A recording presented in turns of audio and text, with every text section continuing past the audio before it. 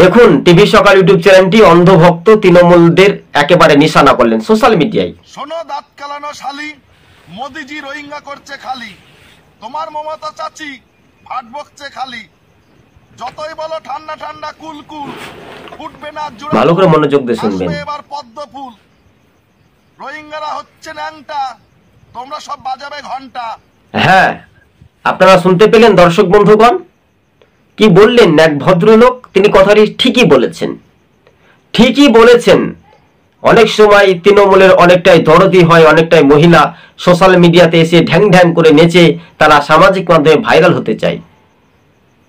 তোমাদের বাংলার মুখ্যমন্ত্রী বলেছিল না যে এসআইআর করতে দেব না আমি বেঁচে থাকতে, কিন্তু এসআইআর চালু হলেই ছাপ্পা ভোট হবে না, তাই দিদির সরকার টিকে থাকবে না, ছাপ্পা ভোটের সরকার আর নাই দরকার।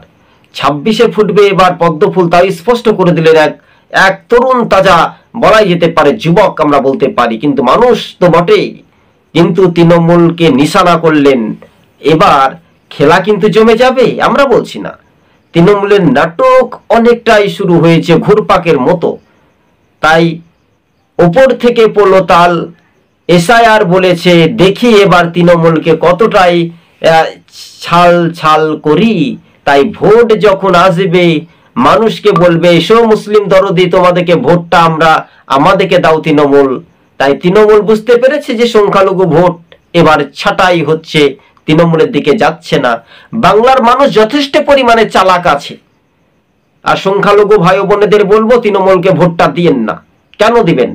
আপনার জীবনের ছেলে মেয়েরা ভিন রাজ্যে পরিযায়ী শ্রমিক হিসেবে কাজ করতে যাচ্ছে, আপনি এই সরকারকে হিসাব দিবেন না? আপনাদেরকে ভয় দেখাচ্ছে। এসআইআর আপনাদের কোনো মুসলমানের নাম বাদ যাবে না, আপনি যদি সঠিক পরিচয় যদি থাকে আপনার। কিন্তু অনেক বাংলাদেশের মামুরা এসেছে এখানে দাপিয়ে দাপিয়ে তৃণমূলকে ভোটে জিতাই। চাই ছাপ্পা হোক, যেভাবে লুট হোক, ভোট লুট করা আর সাজবে না দিদি। আপনার দল পরাজিত হবে এবং আপনিও হারবেন, এটাই চ্যালেঞ্জ মানুষের কাছে। আপনি অনেকটাই লুটে পাটে খেয়েছেন, বেকারদের জন্য কি কাজ করেছেন এই প্রশ্নটুকু করছে একেবারে সামাজিক মাধ্যমেই, সোশ্যাল মিডিয়ার মাধ্যমে। দর্শক।